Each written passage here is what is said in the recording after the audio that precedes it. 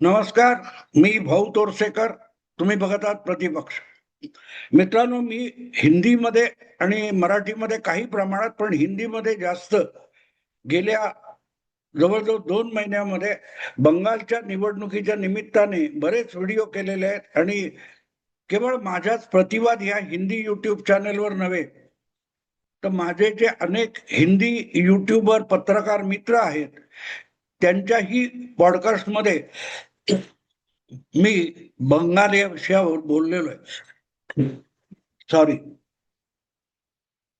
तर आता बंगालच्या विधानसभा निवडणुकीचं पहिलं मतदान म्हणजे 152 विधानसभा मतदारसंघातलं पहिलं मतदान काल म्हणजे 23 एप्रिलला पूर्ण झालेलं आहे. आणि हे रेकॉर्ड ब्रेक मतदान आहे. भारतामध्ये सहसा एवढं मतदान कुठच्याही विधानसभा लोकसभा निवडणुकीत कुठच्याही राज्यात झालेलं नाही. आणि त्यामुळे सगळे लोक हबकून गेलेले. आणि त्याची उत्तर शोधायचा प्रयत्न करतात, एवढं रेकॉर्ड मतदान का झालं, एवढं शांततेत मतदान का झालं. कारण तुम्ही जर बंगालच्या निवडणुकीविषयी राजकारणाविषयी ऐकत असाल, ते मोठ्या कौतुकाने सांगितलं जातं की बंगालचं राजकारण, बंगालची निवडणूक म्हणजे हिंसा अपरिहार्य. तुम्ही कुठच्याही खाद्यतेलाची बाटली मागवली की त्याच्याबरोबर तो डबा किंवा पिशवी फ्री येते. तसं बंगालची निवडणूक म्हणजे हिंसा होणारच, हे अगदी विश्लेषक कौतुकाने सांगतात. आणि त्याच्या तुलनेमध्ये पहिल्यांदा रेकॉर्ड ब्रेक मतदान आणि कुठल्याही किरकोळ प्रकार वगळले तर अतिशय शांततापूर्ण रीतीने मतदान झालं. त्यामुळे अनेक राजकीय पक्ष, राजकीय नेते नाहीत, तर राजकीय विश्लेषक, अनालिस्ट सुद्धा गडबडून गेलेले. त्यांना कळत नाही का झालं असं. आणि या निवडणुकीचा अर्थ लावायचा कसा. कारण वेगवेगळे जे सिद्धांत असतात, कुठच्याही विश्लेषणामध्ये कसला ना कसला एखाद्या थिअरीचा, सिद्धांताचा आधार घेतला जात असतो. असे काही सिद्धांत आहेत की ज्या अर्थी प्रचंड मतदान झालं याचा अर्थ हे मतदान सरकार उलथून पाडण्यासाठी झालेलं आहे. कधी कधी मतदान एकदम घटलं की हे सरकारला उपयुक्त ठरणार आहे. सरकार परत एकदा त्याच पक्षाचं, त्याच नेत्याचं येणार, हे असे सिद्धांत ठरलेले आहेत. या सगळ्या सिद्धांताला बंगालच्या या पहिल्या फेरीतल्या 152 विधानसभा मतदारसंघातल्या रेकॉर्ड ब्रेक मतदानाने सगळे सिद्धांत उस्कटून टाकलेत, विस्कटून टाकलेत. आणि त्यामुळे असं झालं कसं. कारण अपेक्षा अशी होती की मतदान कमी होईल. बंगालच्या लोकप्रिय मुख्यमंत्री 15 वर्ष सलग प्रचंड बहुमताने सत्ता चालवणाऱ्या ममता दिदी गेले 3 महिने जो निवडणूक यादीतल्या सुधारणेविषयी आंदोलन करत होत्या, संघर्ष करत होत्या. आणि शेवटी त्यांनी सांगितलं की लोक मतदार यादीतल्या सुधारणा आणि नावं गाळली गेल्यामुळे संतापलेले आहेत. लोक गुस्से में है, संतापलेले आहेत. मग संतापलेले लोक एवढ्या प्रचंड प्रमाणात मतदान करत असतील तर मग ते ममता दिदीच्या बाजूने गेले पाहिजेत आणि भाजपच्या विरुद्ध गेले पाहिजेत. पण भाजप हा अगदीच दुबळा पक्ष असेल तर मग त्याला मारायला बॉम्ब, क्षेपणास्त्र किंवा कुऱ्हाडी घेऊन कोणी येणार नाही. त्याच्यासाठी एवढ्या प्रचंड बहुमताची गरज नाही. आणि मग हे मतदान प्रचंड म्हणजे सत्ता बदलासाठी असेल तर मग भाजपवर लोकांनी विश्वास तरी का ठेवावा. एवढ्या प्रचंड प्रमाणात लोक मतदानासाठी का उतरले. मग ममता दिदीने जे काही एवढं प्रचंड आंदोलन केलं त्याचा अर्थ काय. अगदी आपल्या मराठीमध्ये सुद्धा अनेक जण चकित होऊन या गोष्टीचा विचार करायला लागलेले आहेत. 1-2 असे डिबेट पण मी ऐकले की जर भाजप इतर राज्यामध्ये पक्ष फोडू शकला किंवा जे प्रादेशिक पक्ष होते स्वबळावर बहुमत मिळवू शकले, तर महाराष्ट्रात शिवसेना किंवा शरद पवारांचे पक्ष हे स्वबळावर बहुमत का नाही मिळवू शकले. असा उहापोह सुरू झालाय. कारण जे SIRच्या विरुद्ध गारुड निर्माण करण्यात आलं होतं त्याच्या पलीकडे जाऊन रेकॉर्ड ब्रेक मतदान झालंय. कुठलीही गुंडागर्दी नसताना, कुठलीही हिंसक घटना घडली नसताना मतदानाची केंद्र काबीज करणं वगैरे असं काही झालेलं नसताना लोकांनी उत्स्फूर्तपणे एवढं मतदान का केलं याचं उत्तर अनेकांना सापडत नाहीये. आणि त्याचं कारण असं की सामान्य माणसं सोडा, पत्रकार सुद्धा गडबडलेत. कारण ते पत्रकार हळूहळू आपण दिलेल्या खोट्या नाट्या बातम्या आणि अफवा यांच्यावर विश्वास ठेवायला लागले. ग्राउंड रिपोर्ट म्हणून अगदी तिथे जाऊन, बंगालमध्ये जाऊन, बिहारमध्ये जाऊन रिपोर्टिंग करणारे अनेक पत्रकार आपल्या मराठीमध्ये सुद्धा आहेत. आणि प्रत्येक जण जाऊन जो ग्राउंड रिपोर्ट गोळा करतो तो तद्दन तोंडघशी पडतो. हा सुद्धा तितकाच अनुभव आहे. याचं कारण असं की समोर जे दिसत असतं ते बघायचं नाही आणि आपल्या डोक्यात आपल्या कल्पनेमध्ये आहे. आपल्याला हवं असलेलं जे आहे तेच बघायचं, जे समोर नसतं, आणि त्यामुळे हा गोंधळ होतो. मला प्रामुख्याने महाराष्ट्रात जे बंगालच्या निवडणुकीवर चर्चा चालू आहेत मराठी मीडियामध्ये किंवा चर्चेमध्ये, त्यांच्या नजरेतून एक गोष्ट कशी काय चुकली हे माझ्या लक्षात येत नाही. कुठच्याही गोष्टीचं राजकारण असो किंवा खासगी विषय असो, त्यामध्ये तुलना करताना आपण आधीच्या कुठच्या तरी घटनेशी तारतम्य शोधण्याचा प्रयत्न करत असो. मला असं वाटतं की बंगालमध्ये गेले 3-4 महिने विधानसभेच्या निवडणुकीच्या निमित्ताने ज्या मतदार याद्यांची सुधारणा चालू होती, त्यामध्ये त्या निवडणूक आयोग, सुप्रीम कोर्ट, हा सगळा तमाशा ममता दिदीने केला. हा शुद्ध मूर्खपणा होता, हे मी वारंवार सांगितलेलं आहे. कारण ज्या सुधारणा झाल्या, जी नावं वगळली गेली, तशीच नावं केरळ, तमिळनाडू, आसाम मध्ये सुद्धा वगळली गेली आणि तितक्याच प्रचंड प्रमाणात.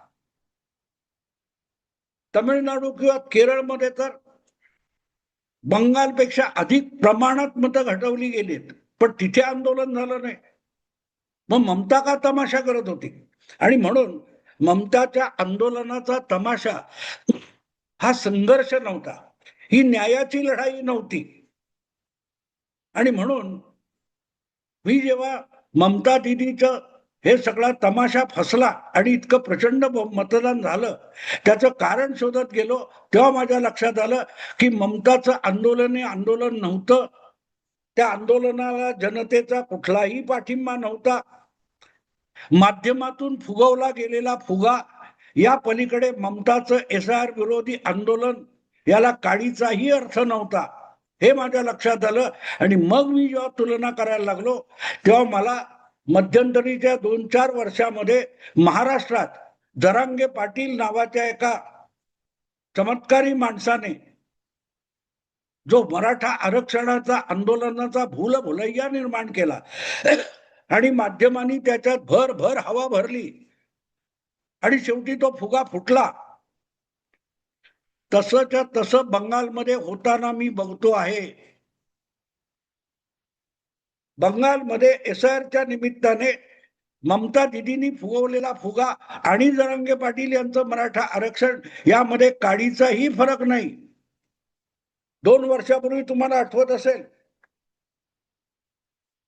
महाराष्ट्रामध्ये जेव्हा काय ते गणेशोत्सव चालू होता, अशा वेळेला मुंबईच्या रस्त्यावर हजारो मराठे तरुण आणून जरांगे पाटलांनी जो घोळ घातला होता, कायदा सुव्यवस्थेची परिस्थिती निर्माण केली होती आणि सरकारला गोत्यात घालण्यासाठी विरोधी पक्ष त्या आगीत तेल ओतत होते, तेव्हा मीडिया, मराठी मीडिया, मुंबईचा मीडिया त्या आंदोलनाच्या फुग्यामध्ये हवा भरत होता. शेवटी निष्पन्न काय झालं?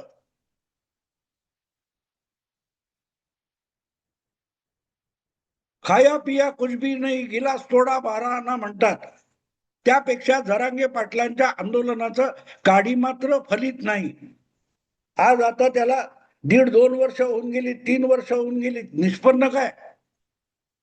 ममताच्या बाबतीत तसंच बघावं लागतं. ममताच्या बाबतीत यापेक्षा वेगळं काही घडलेलं नाही, कारण तो विषयच नव्हता. जर मतदार याद्या सुधारणं, त्यामधले मृत असतील, बंगाल सोडून गेलेले असतील किंवा बोगस असतील, ती नावं वगळणं, यामध्ये आकांडतांडव करण्यासारखं काहीही नव्हतं. कारण तीच कारवाई तमिळनाडूत सुद्धा झाली. लोकसंख्येच्या प्रमाणात जाल तर तमिळनाडूमध्ये सुद्धा 50-60 लाख नावं घटलेली आहेत. केरळमध्ये काहीतरी 30-35 लाख घटलेली आहेत. आसाममध्ये घटलेली आहेत.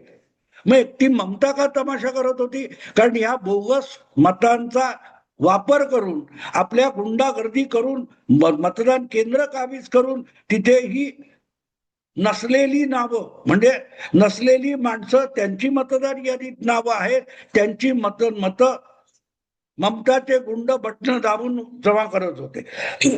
ती नावच मतदान यादीत नसतील आणि मतदान केंद्र ताब्यात घेण्याची सुविधाच उपलब्ध नसेल तर ममताचा पराभव निश्चित होता. आणि त्यासाठी ममता दिदी हात पाय आपटत बसलेली होती. त्याला मीडिया आंदोलन म्हणत होता.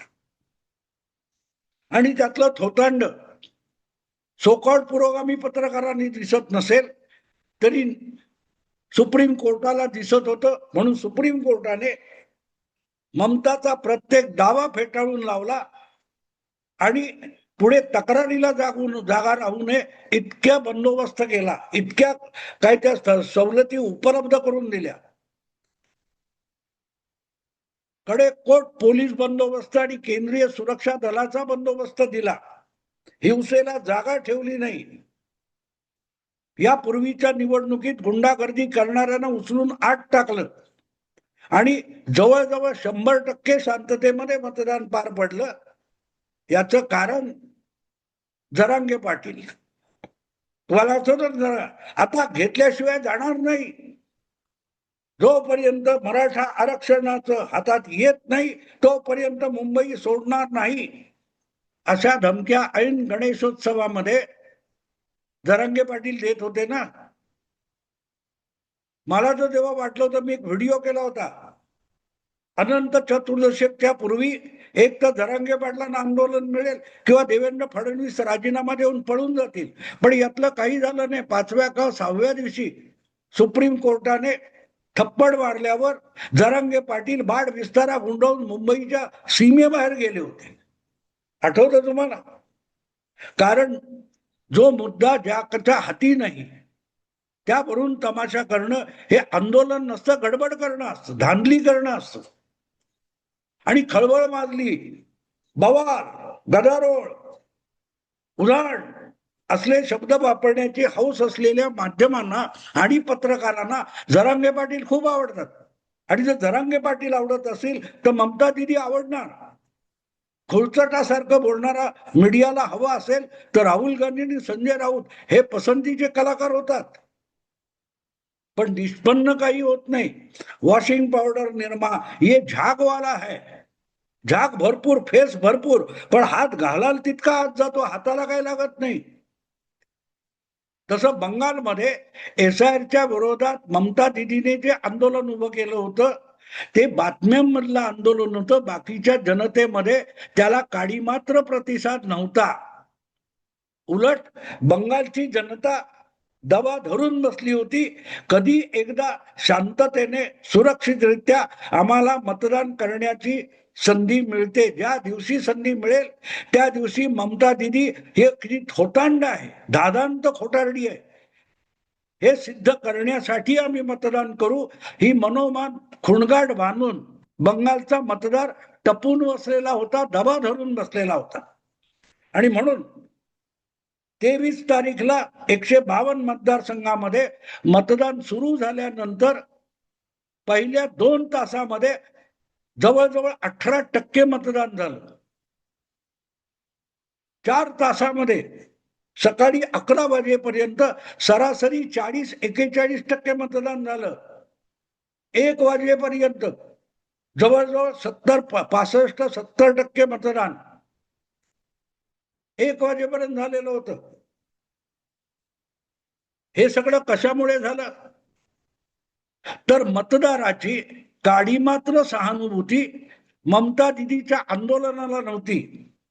90% मतदार हा ममता दिदीच्या त्या तमाशाचा विरोधक होता आणि मीडिया मात्र 90% ममता दिदीचा समर्थक होता. म्हणून तो आंदोलनाचा भुलभुलैया निर्माण झाला, जसा जरांगे पाटलांचा झाला होता.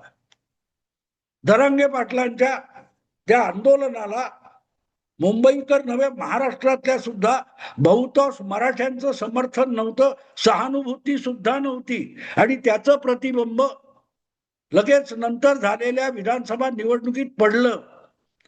नंतरच्या स्थानिक निवडणुकांमध्ये त्याचं प्रतिबिंब पडलं. ज्यांच्या विरोधात त्या बामणाला आता हाकून लावतो वगैरे अशी भाषा जी काय जरांगे पाटील वापरत होते, त्या जरांगे पाटलाला मतदारांनी दिवसा चांदण्या दाखवल्या, आठवतं ना? त्यामुळे जरांगे पाटील आणि ममता दिदी यांची तुलना करा.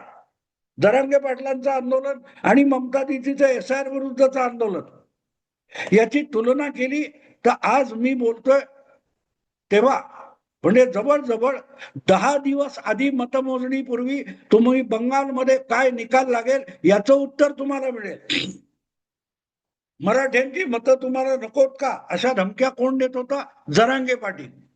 आणि त्याच मराठ्यांनी, कारण महाराष्ट्रात जवळजवळ 35% आसपास मराठा समाज आहे म्हणतात, त्याच मराठा समाजाने जरांगे पाटील ज्यांच्या विरोधात आहेत त्यांना भरभरून मतं दिली. मराठेच अधिक आमदार निवडून आले. याचा अर्थ त्या मराठा समाजाचा आरक्षणाला विरोध नाहीये. आपल्याला आरक्षण मिळावं असं मराठा समाजाला वाटतं. पण जरांगे हा ढोंगी आहे. जरांगे हा आंदोलनासाठी नाही तर कोणाच्या तरी सोडलेलं कठपुतळीचं पिल्लू आहे. जितका जरांगे यांच्या ढोंगाचा पर्दाफाश महाराष्ट्राच्या मतदाराने केला, तसा पर्दाफाश कालच्या पहिल्या राऊंडच्या मतदानामध्ये बंगालच्या मतदाराने ममता दिदीचा केलेला आहे. आणि उरलेल्या 142 मतदारसंघामध्ये आणखीन 4 दिवसांनी पर्दाफाश होणार आहे. ते चित्र स्पष्ट झालेलं आपल्याला 4 मेला बघता येईल. मी आता थांबतो. आवडलं लाईक करा, शेअर करा आणि प्रतिपक्षाला सबस्क्राईब करा. नमस्कार.